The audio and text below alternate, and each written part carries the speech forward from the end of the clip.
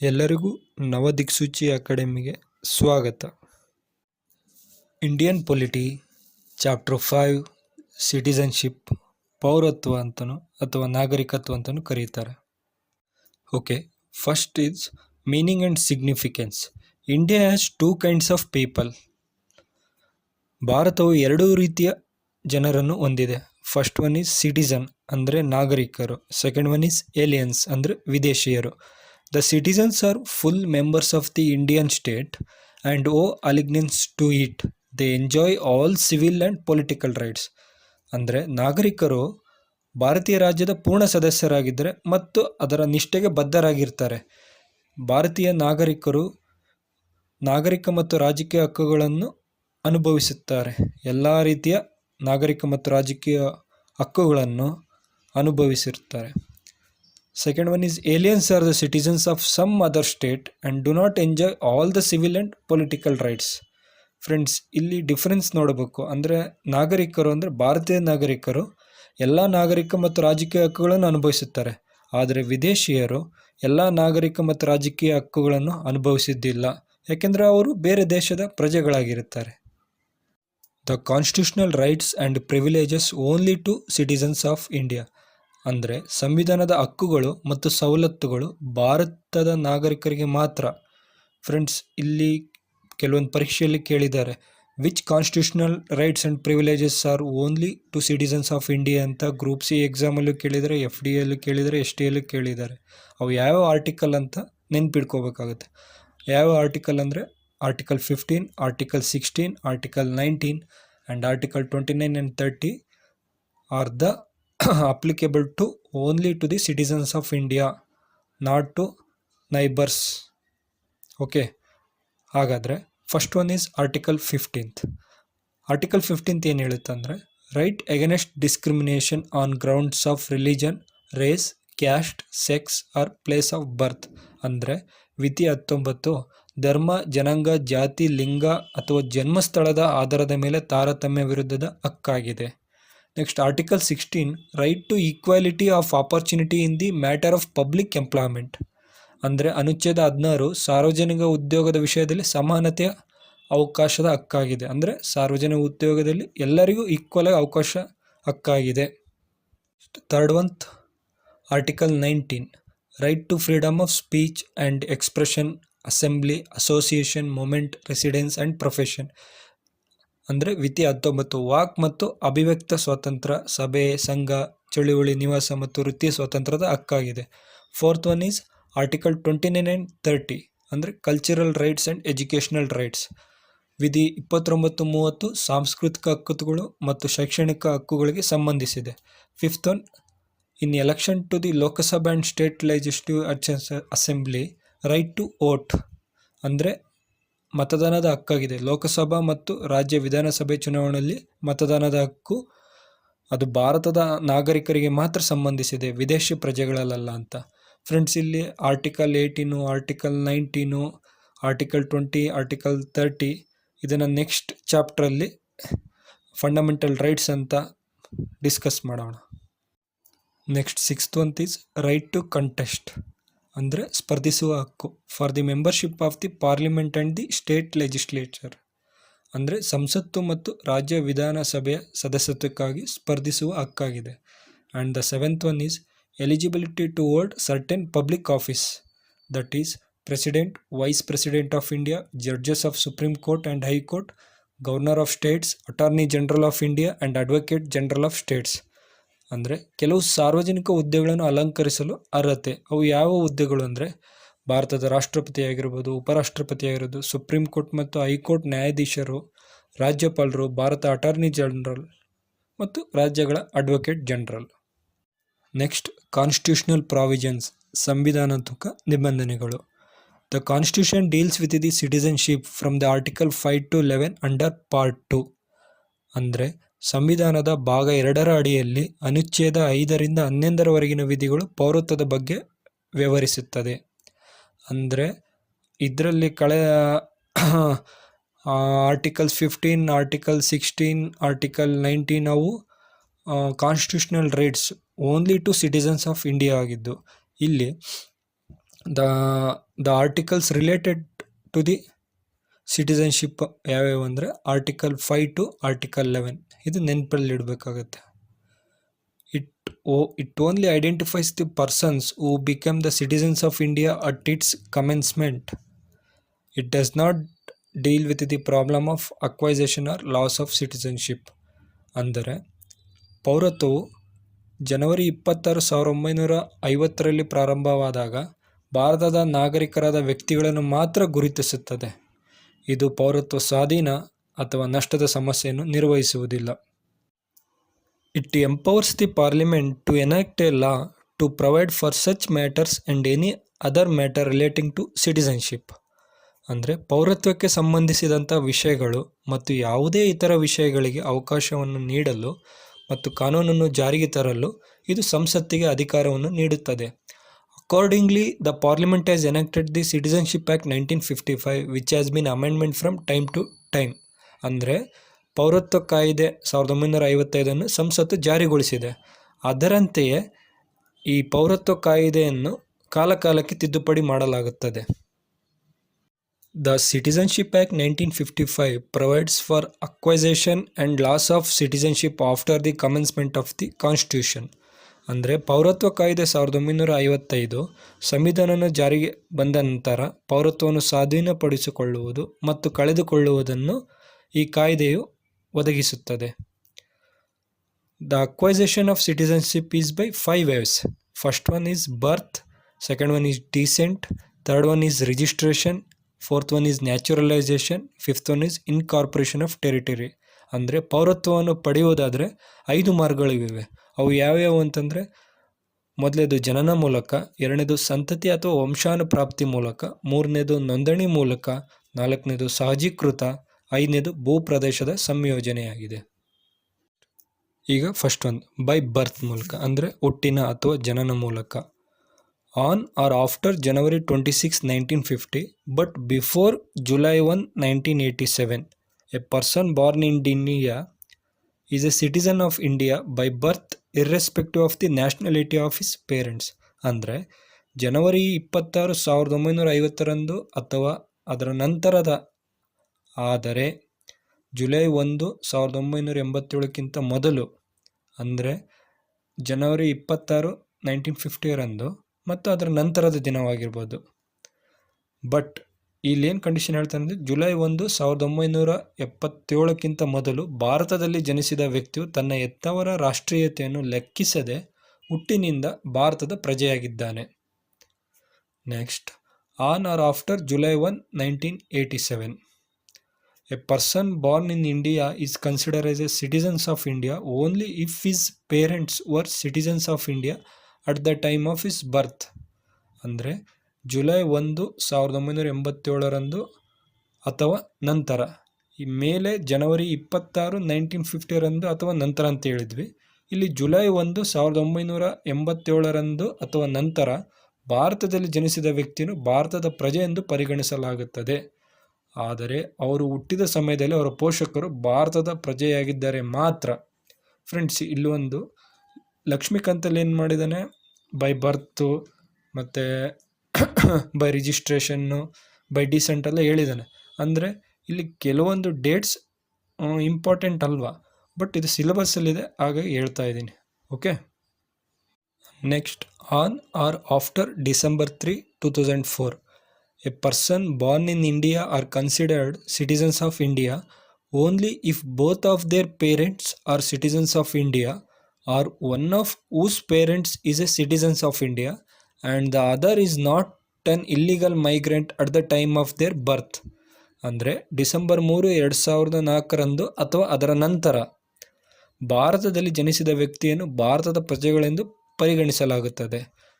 ಆದರೆ ಅವರ ತಂದೆ ತಾಯಿ ಇಬ್ಬರು ಭಾರತದ ಪ್ರಜೆಗಳಾಗಿದ್ದರೆ ಅಥವಾ ಅವರಲ್ಲಿ ಒಬ್ಬರು ಭಾರತದ ಪ್ರಜೆಯಾಗಿದ್ದರೆ ಮತ್ತು ಇನ್ನೊಬ್ಬರು ಅವರ ಜನ್ಮ ಸಮಯದಲ್ಲಿ ಅಕ್ರಮ ವಲಸಿಗರಾಗಿದ್ದರೆ ಮಾತ್ರ.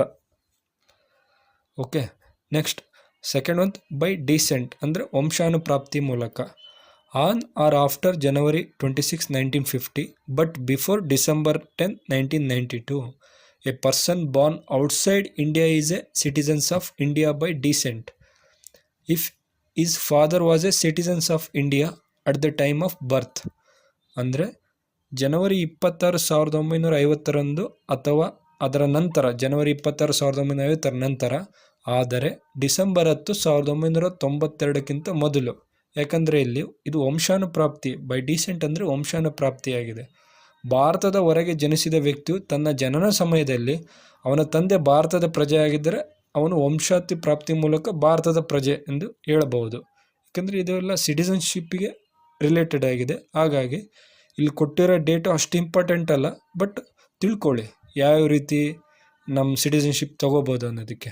Okay, next, on or after December 10, 1992, a person born outside India is considered as a citizen of India if either of his parents is a citizens of India at the time of his birth. ಅಂದರೆ December 10, 1992 ಅಥವಾ December 10, 1992 ನಂತರ ಭಾರತದ ಹೊರಗೆ ಜನಿಸಿದ ವ್ಯಕ್ತಿಯನ್ನು ಭಾರತದ ಪ್ರಜೆ ಎಂದು ಪರಿಗಣಿಸಲಾಗುತ್ತದೆ. ಆದರೆ ಅವನು ಜನನ ಸಮಯದಲ್ಲಿ ಅವನ ಹೆತ್ತವರಲ್ಲಿ ಯಾರಾದರೂ ಭಾರತದ ಪ್ರಜೆಯಾಗಿದ್ದರೆ ಮಾತ್ರ. Next, by virtue of descent ಅಂತ. A minor who is citizens of India by virtue of descent and is also a citizens of any other country shall cease to be a citizens of India if he does not renounce the citizenship or nationality of another country within 6 months of his attaining full age. ಅಂದರೆ ಸಂತತಿ ಮೂಲಕ ಭಾರತದ ಪ್ರಜೆಯಾಗಿರುವ ಮತ್ತು ಇತರ ಯಾವುದೇ ದೇಶದ ಪ್ರಜೆಯಾಗಿರುವ ಅಪ್ರಾಪ್ತ ವಯಸ್ಕನು ತನ್ನ ಪೂರ್ಣ ವಯಸ್ಸನ್ನು ತಲುಪಿದ 6 ತಿಂಗಳೊಳಗೆ ಮತ್ತೊಂದು ದೇಶದ ಪೌರತ್ವ ಅಥವಾ ರಾಷ್ಟ್ರೀಯತೆಯನ್ನು ತ್ಯಜಿಸಿದರೆ ಭಾರತದ ಪ್ರಜೆಯಾಗಿರುವುದಿಲ್ಲ ಅಂತ ಅರ್ಥ ಆಗಿದೆ. Next, third one, by registration ಅಂದರೆ ನೋಂದಣಿ ಮೂಲಕ. ಇದರಲ್ಲಿ first a person of Indian origin who is ordinarily resident in India for 7 years before making an application for registration. ಅಂದರೆ ನೋಂದಣಿಗಾಗಿ ಅರ್ಜಿ ಸಲ್ಲಿಸುವ ಮೊದಲು 7 ವರ್ಷಗಳ ಕಾಲ ಭಾರತದಲ್ಲಿ ಸಾಮಾನ್ಯವಾಗಿ ವಾಸಿಸುವ ಭಾರತೀಯ ಮೂಲದ ವ್ಯಕ್ತಿಯಾಗಿರಬೇಕು. Next, B one, a person of Indian origin who is ordinarily resident in any country or a place outside undivided India. ಅಂದರೆ ಅವಿಭಜಿತ ಭಾರತದ ಹೊರಗಿನ ಯಾವುದೇ ದೇಶ ಅಥವಾ ಸ್ಥಳದಲ್ಲಿ ಸಾಮಾನ್ಯವಾಗಿ ವಾಸಿಸುವ ಭಾರತೀಯ ಮೂಲದ ವ್ಯಕ್ತಿಯಾಗಿರಬೇಕು. Next, C one, a person who is married to a citizens of India and is ordinarily resident in India for 7 years before making an application for registration. ಅಂದರೆ ನೋಂದಣಿಗಾಗಿ ಅರ್ಜಿ ಸಲ್ಲಿಸುವ ಮೊದಲು ಭಾರತದ ಪ್ರಜೆಯನ್ನು ಮದುವೆಯಾಗಿರುವ ಮತ್ತು ಸಾಮಾನ್ಯವಾಗಿ 7 ವರ್ಷಗಳ ಕಾಲ ಭಾರತದಲ್ಲಿ ವಾಸಿಸುವ ವ್ಯಕ್ತಿಯಾಗಿರಬೇಕು.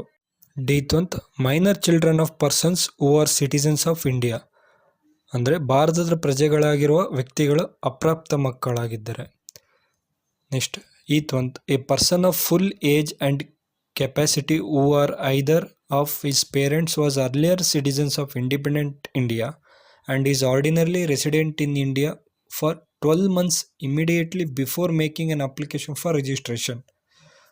ಅಂದರೆ ಪೂರ್ಣ ವಯಸ್ಸು ಮತ್ತು ಸಾಮರ್ಥ್ಯದ ವ್ಯಕ್ತಿ ಅಥವಾ ಅವರ ಪೋಷಕರಲ್ಲಿ ಒಬ್ಬರು ಸ್ವತಂತ್ರ ಭಾರತದ ಇಂದಿನ ನಾಗರಿಕರಾಗಿದ್ದರು ಮತ್ತು ನೋಂದಣಿಗಾಗಿ ಅರ್ಜಿ ಸಲ್ಲಿಸುವ ಮೊದಲು 12 ತಿಂಗಳ ಕಾಲ ಭಾರತದಲ್ಲಿ ಸಾಮಾನ್ಯವಾಗಿ ವಾಸಿಸುತ್ತಿದ್ದರೆ ನೋಂದಣಿ ಮೂಲಕ ಸಿಟಿಸನ್ಶಿಪ್ ಪಡಿಬಹುದಾಗಿದೆ. Next, fourth one, by naturalisation ಅಂದರೆ ಸಹಜೀಕೃತ ವಿಧಾನದ ಮೂಲಕ.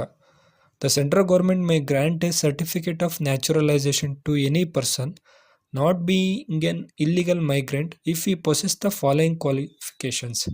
ಅಂದರೆ ಕೇಂದ್ರ ಸರ್ಕಾರವು ಯಾವುದೇ ವ್ಯಕ್ತಿಗೆ, ಅಂದರೆ ಅಕ್ರಮ ವಲಸಿಗರನ್ನು ಬಿಟ್ಟು ಈ ಕೆಳಗಿನ ಅರ್ಹತೆಗಳನ್ನು ಹೊಂದಿದ್ದರೆ ಅವರಿಗೆ ಸಹಜೀಕೃತ ಪ್ರಮಾಣಪತ್ರವನ್ನು ನೀಡಬಹುದು. ಅವು ಯಾವ್ಯಾವು ಅಂತಂದರೆ ಈ ಕೆಳಗಿನಂತಿವೆ. A is not a subject or citizens of any country where citizens of India are prevented from becoming subjects or citizens of that country by naturalization. ಅಂದರೆ ಅವರು ಯಾವುದೇ ದೇಶದ ಪ್ರಜೆ ಅಥವಾ ನಾಗರಿಕರಲ್ಲ, ಅಲ್ಲಿ ಭಾರತದ ಪ್ರಜೆಗಳು ಸ್ವಾಭಾವೀಕರಣದ ಮೂಲಕ ಆ ದೇಶದ ಪ್ರಜೆಗಳು ಅಥವಾ ನಾಗರಿಕರಾಗುವುದನ್ನು ತಡೆಯುತ್ತಾರೆ. Next, B one, is he has either resided in India or been in the service of a government of India throughout the period of 12 months immediately preceding the date of application. ಅಂದರೆ ಅರ್ಜಿ ಸಲ್ಲಿಸುವ ದಿನಾಂಕಕ್ಕೆ ಮುಂಚಿನ 12 ತಿಂಗಳ ಅವಧಿಯಲ್ಲಿ ಅವರು ಭಾರತದಲ್ಲಿ ವಾಸಿಸುತ್ತಿದ್ದರೆ ಅಥವಾ ಭಾರತದ ಸರ್ಕಾರದ ಸೇವೆಯಲ್ಲಿದ್ದರೆ. C. He has an adequate knowledge of a language specified in the 8th schedule to the Constitution. ಅಂದರೆ ಅವರು ಸಂವಿಧಾನದ 8ನೇ ಅನುಸೂಚಿಯಲ್ಲಿ ನಿರ್ದಿಷ್ಟಪಡಿಸಲಾದ ಭಾಷೆಯ ಬಗ್ಗೆ ಸಾಕಷ್ಟು ಜ್ಞಾನವನ್ನು ಹೊಂದಿದ್ದಾರೆ. D. During the 14 years immediately preceding the said period of 12 months, he has either resided in India or been in the service of a government of India for a periods amounting in the aggregate to not less than the 11 years. ಅಂದರೆ ಸದರಿ 12 ತಿಂಗಳ ಅವಧಿಗೆ ತಕ್ಷಣವೇ ಇಂದಿನ 14 ವರ್ಷಗಳಲ್ಲಿ ಒಟ್ಟು 11 ವರ್ಷಗಳಿಂದ ಕಡಿಮೆ ಇಲ್ಲದ ಅವಧಿಗಳಿಗೆ ಅವರು ಭಾರತದಲ್ಲಿ ವಾಸಿಸುತ್ತಿದ್ದರೆ ಅಥವಾ ಭಾರತದ ಸರ್ಕಾರದ ಸೇವೆಯಲ್ಲಿದ್ದರೆ. Fifth one, by incorporation of territory, ಅಂದರೆ ಭೂ ಪ್ರದೇಶವನ್ನು ಸಂಯೋಜಿಸುವ ಮೂಲಕ. If an foreign territory becomes a part of India, the government of India specifies the persons who among the people of the territory shall be the citizens of India. Such persons become the citizens of India from the notified date. ಅಂದರೆ ಯಾವುದೇ ವಿದೇಶಿ ಪ್ರದೇಶವು ಭಾರತದ ಭಾಗವಾದರೆ ಆ ಪ್ರದೇಶದ ಜನರಲ್ಲಿ ಭಾರತದ ನಾಗರಿಕರು ಯಾರೆಂದು ಭಾರತ ಸರ್ಕಾರವು ನಿರ್ದಿಷ್ಟಪಡಿಸುತ್ತದೆ. ಅಂಥ ವ್ಯಕ್ತಿಗಳು ಅಧಿಸೂಚಿತ ದಿನಾಂಕದಿಂದ ಭಾರತದ ನಾಗರಿಕರಾಗುತ್ತಾರೆ. For instance, when Pondicherry become a part of India, the government of India issued the citizenship order 1962 or Pondicherry order 1962 under the citizenship act 1955. ಉದಾಹರಣೆಗೆ, ಪಾಂಡಿಚೇರಿಯು ಭಾರತದ ಭಾಗವಾದಾಗ ಭಾರತ ಸರ್ಕಾರವು ಪೌರತ್ವ ಕಾಯ್ದೆ 1955 ಅಡಿಯಲ್ಲಿ ಪೌರತ್ವ ಅಥವಾ ಪಾಂಡಿಚೇರಿ ಆದೇಶವನ್ನು 1962 ಹೊರಡಿಸುತ್ತೆ. ಹಾಗಾಗಿ ಪೌರತ್ವ ಕಾಯ್ದೆ 1955 ಇದನ್ನು ಕಾಲಕಾಲಕ್ಕೆ ತಿದ್ದುಪಡಿ ಮಾಡಲಾಗುತ್ತದೆ. ನೆಕ್ಸ್ಟ್, ಲಾಸ್ ಆಫ್ ಸಿಟಿಸನ್ಶಿಪ್ ಅಂದರೆ ಪೌರತ್ವವನ್ನು ಕಳೆದುಕೊಳ್ಳುವುದು. The citizenship act 1955 prescribes 3 ways of losing citizenship, whether acquired under the act or prior to it under the constitution. ಪೌರತ್ವ ಕಾಯ್ದೆ 1955 ಅಡಿಯಲ್ಲಿ ಅಥವಾ ಸಂವಿಧಾನದ ಅಡಿಯಲ್ಲಿ ಅದಕ್ಕಿಂತ ಮೊದಲು ಸ್ವಾಧೀನಪಡಿಸಿಕೊಂಡಿದ್ದರೂ ಪೌರತ್ವವನ್ನು ಕಳೆದುಕೊಳ್ಳುವ 3 ಮಾರ್ಗಗಳನ್ನು ಇದು ಸೂಚಿಸುತ್ತದೆ. ಮೊದಲನೇದು ಬೈ ರೆನೆನ್ಸಿಯೇಷನ್ ಅಂದರೆ ತ್ಯಜಿಸುವಿಕೆಯಿಂದ. ಎರಡನೇದು ಬೈ ಟರ್ಮಿನೇಷನ್ ರದ್ದು ಮಾಡುವುದರಿಂದ. ಥರ್ಡ್ ಒನ್ ಬೈ ಡಿಪ್ರಿವೇಷನ್ ಅಂದರೆ ಕಸಿದುಕೊಳ್ಳುವುದರಿಂದ. ಫಸ್ಟ್ ಒನ್ ಬೈ ರೆನೆನ್ಸಿಯೇಷನ್ ಅಂದರೆ ತ್ಯಜಿಸುವಿಕೆ. Any citizens of India of full age and capacity can make a declaration renouncing his Indian citizenship.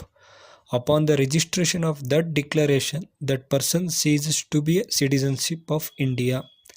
ಅಂದರೆ ಪೂರ್ಣ ವಯಸ್ಸು ಮತ್ತು ಸಾಮರ್ಥ್ಯವಿರುವ ಭಾರತದ ಯಾವುದೇ ಪ್ರಜೆಯು ತನ್ನ ಭಾರತೀಯ ಪೌರತ್ವವನ್ನು ತ್ಯಜಿಸುವ ಘೋಷಣೆಯನ್ನು ಮಾಡಬಹುದು. ಆ ಘೋಷಣೆಯು ನೋಂದಣಿಯ ನಂತರ ಆ ವ್ಯಕ್ತಿಯು ಭಾರತದ ಪ್ರಜೆಯಾಗುವುದನ್ನು ನಿಲ್ಲಿಸುತ್ತಾನೆ.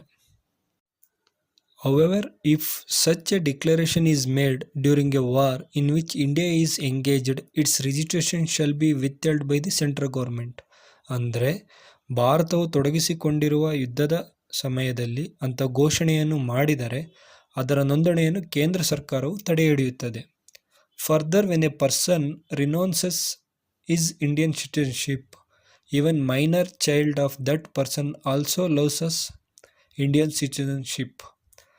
ಇದಲ್ಲದೆ ಒಬ್ಬ ವ್ಯಕ್ತಿಯು ತನ್ನ ಭಾರತೀಯ ಪೌರತ್ವವನ್ನು ತ್ಯಜಿಸಿದಾಗ ಆ ವ್ಯಕ್ತಿಯು ಪ್ರತಿ ಅಪ್ರಾಪ್ತ ಮಗುವು ಸಹ ಭಾರತೀಯ ಪೌರತ್ವವನ್ನು ಕಳೆದುಕೊಳ್ಳುತ್ತದೆ. However, when such a child attains the age of 18, he may resume Indian citizenship. ಆದರೆ ಅಂಥ ಮಗುವಿಗೆ 18ನೇ ವಯಸ್ಸನ್ನು ತಲುಪಿದಾಗ ಅವನು ಭಾರತೀಯ ಪೌರತ್ವವನ್ನು ಪುನರಾರಂಭಿಸಬಹುದು.